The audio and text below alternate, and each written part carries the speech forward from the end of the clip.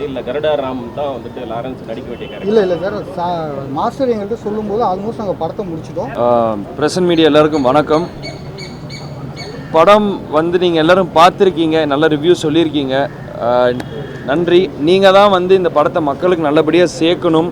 எப்படி நீங்கள் உங்களுக்கு என்ன ஆக்சுவலாக ஃபீல் ஆச்சு, படத்தில் நீங்கள் என்ன ஃபீல் பண்ணீங்களோ அதை மக்களுக்கு நல்லபடியாக சொல்லி நீங்கள் வந்து படத்தை இன்னும் ஒரு ஸ்டெப் மக்களுக்கு நீங்கள் ரீச் பண்ண வைப்பீங்கன்னு நான் நம்புகிறேன். நாங்கள் எல்லோரும் எங்கள் பெஸ்ட்டை கொடுத்துருக்கோம். நீங்கள் உங்களோட ரிசல்ட்ஸ் எங்களுக்கு சொல்லுங்கள், படம் எப்படி இருந்துச்சு, பிடிச்சிருந்தா இல்லை, என்ன பெட்டர்மெண்ட் பண்ணணும் பண்ணக்கூடாதுன்ட்டு.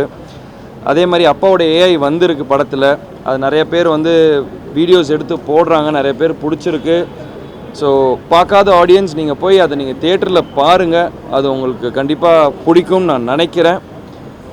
நான் ஏற்கனவே சொன்ன மாதிரி தான் இந்த படம் நிறையா ஸ்ட்ரகிளை தாண்டி நிறையா பிரச்சனையை தாண்டி வந்திருக்கு. இப்போ ஒரு வழியாக நாங்கள் தியேட்டருக்கு வந்துட்டோம். ஆடியன்ஸ் நீங்கள் தான் எங்களுக்கு சப்போர்ட் பண்ணி ஹெல்ப் பண்ணணும். நன்றி. நடிக்கக்கூடிய சீன் எப்படி இருந்தது? அது மாதிரி இந்த பொட்டு வச்ச பாட்டு வந்து நல்ல இதான சாங், இந்த இதை பற்றி எப்படி இருக்கு? எனக்கு அப்பாவோட அந்த ஒரு பாடி டபுளை வச்சு பண்ணும்போதே எனக்கு வந்து ரொம்ப எமோஷ்னலாக இருந்தேன். அன்றைக்கே நான் செட்டில் ஒரு 2 வாட்டி அழுதேன், யாருக்குமே தெரியாது. நான் ரூம் போயிட்டேன், என்னால் அதை வந்து அக்செப்ட் பண்ணிக்க முடியல. ஏன் இன்றைக்குமே வந்து நான் வந்து ஃபர்ஸ்ட் ஷோ பார்க்கும் போதே நான் அப்பாவை ஸ்க்ரீனில் பார்க்கணும் அழுக ஆரம்பிச்சிட்டேன். நான் அறியாமலே அழுக ஆரம்பிச்சிட்டேன்.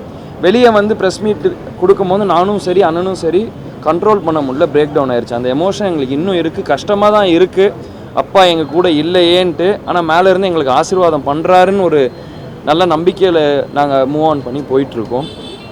இன்னும் என்ன சார்? அதுதான் சார், எங்களுக்கு வந்து ரொம்ப close to the heart sir அது. ஏன்னா எல்லாருமே அப்பாவோட பாட்டு இங்கே அங்கே எல்லாம் யூஸ் பண்ணுறாங்க. ஆக்சுவலி இந்த பாட்டை வந்து நாங்கள் ரப்பர் பந்துலேயோ வேறு எந்த படத்துலையோ யூஸ் பண்ணுறதுக்கு முன்னாடியே நாங்கள் ஃபஸ்ட்டு யூஸ் பண்ணிட்டோம் அந்த. ஸோ இது இந்த நிறைய பிரச்சனை நிறைய டிலேஸ் கழித்து படம் வந்ததுனால எங்களது டிலேவாக வந்துச்சு. ஆனால் எனக்கு வந்து அந்த பாட்டு தான் வைக்க போகிறோன்னொன்னே எனக்கு ரொம்ப சந்தோஷமாக இருந்தது. அப்பாக்கிட்டேயும் அப்போ பெர்மிஷன் கேட்டோம், அப்பா சரின்னாரு. அதுக்கப்புறம் தான் அந்த பாட்டையே நாங்கள் படத்தில் வச்சுருந்தோம். இந்த படத்தில் உங்களுக்கு ஜோடி இல்லையா சார்?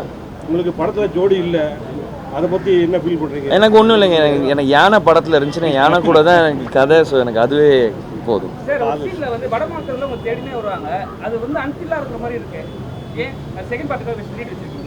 இல்லை பிரதர், அது நாங்கள் வந்து அது யானையை தேடி ஒரிசாவுக்கு போகிறது தானே கேட்குறீங்க? ஆமாம்.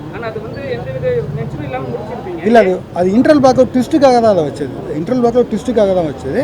அதுக்கப்புறம் அது நம்ம போகிறதுல முனிஷ்காந்த் சாரோட வாய்ஸ் ஓவரில் சொல்லியிருப்போம். எதுக்காக அந்த யானைக்காக அவங்க வந்திருக்காங்க அப்படிங்கிறத நம்ம சொல்லியிருக்கோம். யானை ஒடிசாவுக்கு தான் போச்சுன்னு எப்படி ஹீரோக்கு தெரியும்? அவங்க இன்ஸ்பெக்டர் பிடிக்கிறாருல்ல சார், அந்த ஒரிசாலேருந்து அவங்க தலைக்கு விலை வச்சுருக்காங்க அப்படின்னு நாங்கள் சொல்கிறாருல்ல சார், அங்கேருந்து தான் ஒரிசாவுக்கு அவங்க மூவ் ஆகுறாங்க. அவங்க இப்போ 4 பேரை பிடிக்கிற இடம் இருக்குல்ல, அந்த இடத்துல அவங்க சொல்லும்போது தான் இது ஒரிசாவில் தான் அந்த யானை இருக்குது. ஹீரோக்கு வேறு படத்தில் வேறு எந்த வித பிரச்சனையும் இல்லை. இப்போ இந்தியாவிலனா ஹீரோ பிளைண்டாக தான் யானையை தேடிக்கிட்டு இருக்காரு. அப்போ ஒரிசாங்கும் போது அந்த ஒரிசாவை நோக்கி கிளம்புறாரு. சார், நீங்க சின்ன ஒரு நடுகள் தலைவர் விஜயகாந்தோட ஒரே ஒரு டயலாக் மட்டும் வச்சீங்க, நெட் டயலாக் வச்சிருக்கலாமே? இல்லை சார், ஏஐ ரொம்ப டஃப் சார். ஃபஸ்ட்டு அப்படி பார்த்தா நான் அது பாசிட்டிவாக வைக்கணும் அப்படின்னா நான் கம்ப்ளீட்டாக ஒரு போர்ஷனே வச்சுருக்கலாம். ஏஐ டஃப்பு, அதுக்கான ஒரு பட்ஜெட் இருக்குது, அதை கரெக்டாக பண்ணணும், இல்லைனா தொட்டக்கூடாது அப்படிங்கிறது ரொம்ப கிளியராக. எல்லா படத்துலையும் வந்து கேப்டன் நேம் ஓகே, அது ஒரு சின்ன கேப்டன். ஓகே, எல்லாம் இப்போ வந்த படமே பார்த்தீங்கன்னா கேப்டன் அப்படி நேம் போட்டு உள்ள இருந்து குறைஞ்சுறாங்க. ஆமாம், ரமணா ஓகே. இப்போ அது ரமணாவில் வந்து ப்ரொஃபஸர்கிட்ட வளர்ந்த ஸ்டூடெண்ட்ஸ் இருக்காங்கல்ல, அவங்க எப்படி கூப்பிடுவாங்க? ப்ரொஃபஸர் தானே கூப்பிடுவாங்க. அதில் ஒரு ஸ்டூடெண்ட்டாக நீங்கள் இமிடேட் பண்ணி பார்த்தீங்கன்னா அந்த இன்ஸ்பெக்டர் ப்ரொஃபஸர் கூப்பிட்டா லாஜிக்காக தானே இருக்கும். அதனால தான் சினிமா யூனிவர்ஸ்குள்ளே கனெக்ட் ஆகிற மாதிரி, அதனால தான் ப்ரொஃபஸர்னு வச்சு.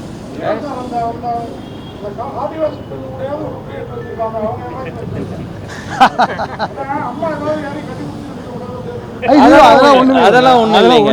ஓ, அது இப்போ அவங்களோட நான் கட்டி பிடிச்சி டியூட் பண்ணால் கதையை விட்டு ரொம்ப வெளியே போயிடும். நான் யானையை தேடி போயிருக்கேன், நான் இன்னும் யாரையும் கட்டி பிடிச்சி ஆட போகலை. ஸோ யானையை தேடி போனால் அந்த இது தான் கதைக்காக கொண்டு போனது. இந்த படத்துக்கு ஹீரோயின் வைக்கக்கூடாதுன்னோ இல்லை டியூட் வைக்கக்கூடாதுன்னோ எந்த இன்டென்ஷன் கிடையாது. நான் வந்து என்ன கதைக்கு தேவையோ அதை தான் நாங்கள் எடுத்துருக்கோம், மற்றபடி வேற எதுவுமே கிடையாது. சின்ன வயசுல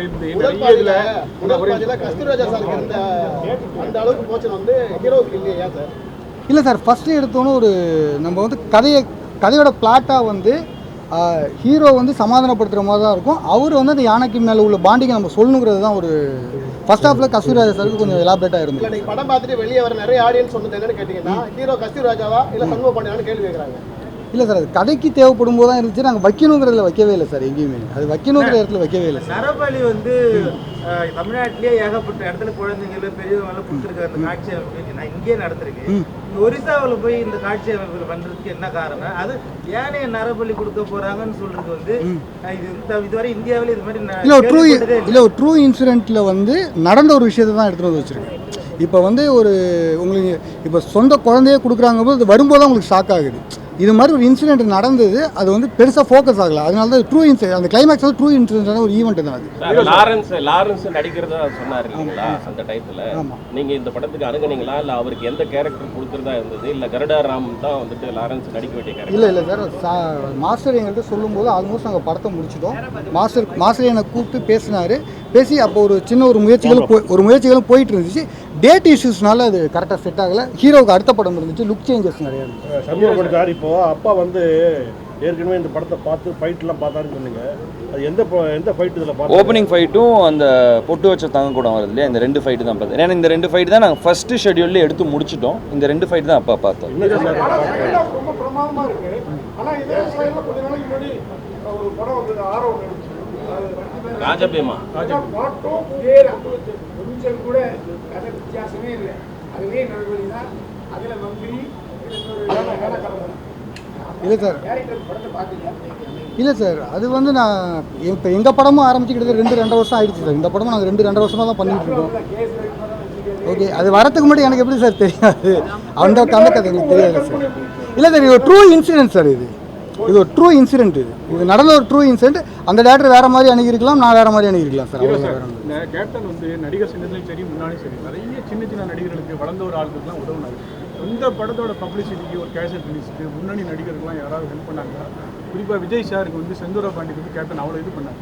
இந்த படத்துக்கு உங்களுக்கு ஏதாவது? இல்லை எனக்கு சினிமாலேருந்து எல்லாருமே நிறைய பேர் எனக்கு ட்வீட் பண்ணியிருக்காங்க. கார்த்தி சார் நிறைய பேர் வந்து எனக்கு ட்வீட் பண்ணியிருக்காங்க. ஸோ அவங்கவுங்க யாரெல்லாம் ஹெல்ப் பண்ணுறாங்களோ அவங்கவுங்க பப்ளிசிட்டி பண்ணிட்டு தான் இருக்காங்க. நாங்கள் சில பேரை கேட்டோம், அவங்களும் பண்ணாங்க. கேட்காம நிறைய பேர் பண்ணாங்க. சசிகுமார் சார் பண்ணார், முருகதாஸ் சார் சொல்லியிருக்காரு. நிறைய பேர் எனக்கு லைக் காலில் பண்ணி விஷ் பண்ணியிருக்காங்க. நிறைய பேர் எனக்கு பர்சனலாக மெசேஜ் பண்ணாங்க.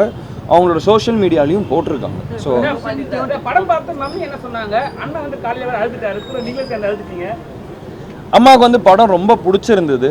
ஏன்னா அம்மாவுக்கு வந்து ரொம்ப எமோஷ்னலாக கனெக்ட் ஆகிட்டாங்க அப்பாவை பார்த்தது. வேறு ஏன்னா நான் 10 வருஷம் கழித்து வரேன். அம்மா என்னை வீட்லேயே இருந்து பார்த்துட்டாங்க. நான் வெளியே போகணும், நடிக்கணும்னு அவங்களுக்கும் எவ்வளோ ஆசை எல்லாம் இருந்தது. அதெல்லாம் தாண்டி இருந்தாலும் நான் அப்பா கூட இருந்தாகணும், அந்த சுச்சுவேஷன் இருந்தனால அம்மாவுக்கு வந்து ரொம்ப வருஷம் கழித்து என்னை ஸ்க்ரீனில் பார்க்கும்போது அவங்கள அறியாமல் அவங்களும் அழுதாங்க. அண்ணனும் நானும் எதுக்கு அழுக ஆரம்பிச்சேன்னா, அப்பாவோட ஏஐ பார்க்கும்போதே நான் தியேட்டரில் அழுதுட்டேன். அதை அண்ணன் வெளியே பேசும்போது என்னால் கண்ட்ரோல் பண்ண முடியல. நான் அதனால தான் பின்னாடி அழுதுட்டு இருந்தேன். அண்ணன் என்ன பார்த்தோன்னே அண்ணன் அழுக ஆரம்பிச்சிட்டாங்க. ஸோ அதுதான் அந்த ரீசன். அப்பாவை வந்து அந்த பாட்டுலையும் திருப்பி மக்கள் எல்லாரும் அப்பாவை கொண்டாடுறதை பார்க்கும்போது எங்களால் அதை ரொம்ப நல்லா இருந்தது. ஸோ எங்களை மீறி அந்த அழுகை வெளியே வந்து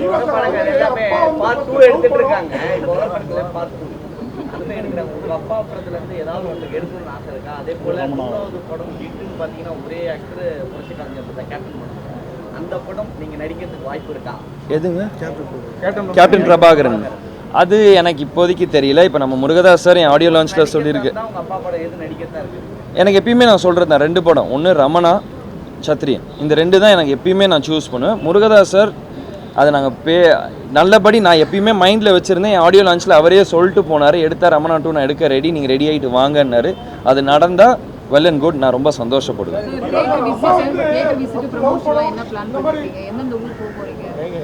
நான் இப்போதைக்கு சென்னை மட்டும் தான் பிளான் பண்ணியிருக்கேன். ஸோ இன்னொன்று நாங்கள் டீமாக உட்காந்து ஒரு சிட்டி ஊராக பிளான் பண்ண போகிறோம். பிளான் பண்ணிவிட்டு நாங்கள் அதை அனௌன்ஸ் பண்ணுவோம். என்ன படம் அதெல்லாம் ஹீரோயின் இருக்காங்க?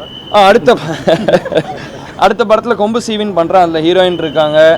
அது வந்து நம்ம பொன்ராம் சாரோட படம். அது கம்ப்ளீட்டாக நீங்கள் பொன்ராம் சார் எப்படி ஒரு படம் கொடுப்பாரோ அந்த மாதிரி இருக்கும். இது அன்பு சாரோட படம். அன்பு என்ன வே ஆஃப் ட்ரீட் பண்ணுறாரோ அந்த மாதிரியான படம். அது பொன்ராம் சார் அவர் என்ன வேல ட்ரீட் பண்ணியிருப்பாரோ அந்த மாதிரி அந்த காமெடி, ஆக்ஷன், ஃபன், ரொமான்ஸ் எல்லாமே அதில் இருக்கும். அப்பா வந்து நல்ல அம்மன் கோயில் கேட்காது அந்த மாதிரி படம்லாம் பண்ணிட்டு அப்புறம் ஃபேமிலி படம் மட்டும் அப்புறம் தான் ஃபைட்டு ஆக்ஷனில் நிறையா இறங்கினாங்க. அதில் வந்து இதே வரைக்கும் எங்ககிட்ட கேப்டனாகவே இருக்காங்க. நீங்கள் வந்து எடுத்தெடுப்புலேயே ஆக்ஷனில் இறங்கிட்டீங்க.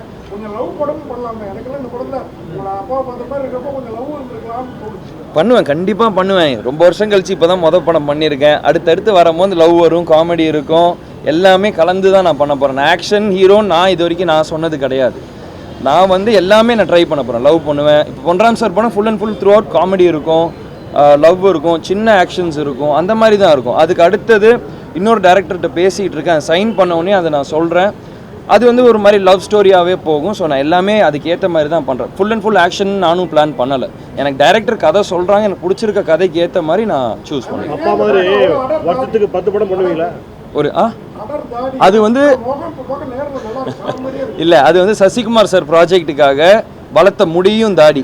அந்த ப்ராஜெக்ட் டைம் ஆனனால அன்பு சார் வந்து அதுக்கு இல்லை நான் இந்த கெட்டப் அப்படியே எடுத்துக்கிறேன், முடி தாடி வெட்ட மாட்டேன்னு சொன்னதுக்காக அந்த இது அப்படியே பண்ணது. மற்றபடி அந்த இது படத்துக்காகன்றது இது கிடையாது. வருஷத்துக்கு 10 படம் பண்ணுவீங்களா? வாய்ப்பு கிடைச்சா கண்டிப்பாக பண்ணுவேன். ஆமாம், அடுத்தது அதே கேப்டன் சினி கிரியேஷன்ல உங்களை வச்சு படம் பண்ணுவாங்கல்ல சார்? ரமணா 2 சொல்லுங்க. ரமணா 2 பண்ணிடுவோம். சார், இந்த படத்தில் அம்மா சென்டிமெண்ட்டுக்கு ஒரு முக்கியத்துவம் கொடுத்துருக்கீங்க. கேப்டன் அவர்களோட படம் திரையரங்குக்கு வரும்போது அம்மாவோட ஃபீலிங் எப்படி இருக்கும்? இன்னைக்கு நீங்கள் முதல் தடவை உங்களோட படத்தை தேட்டருக்கு பார்க்க வரீங்க, அவங்களோட உற்சாகம் எப்படி இருக்கு? அதுதான் சொன்னேன்ல, அம்மாவுக்கு வந்து இது வந்து ஒரு ரொம்ப சந்தோஷமான நாள்.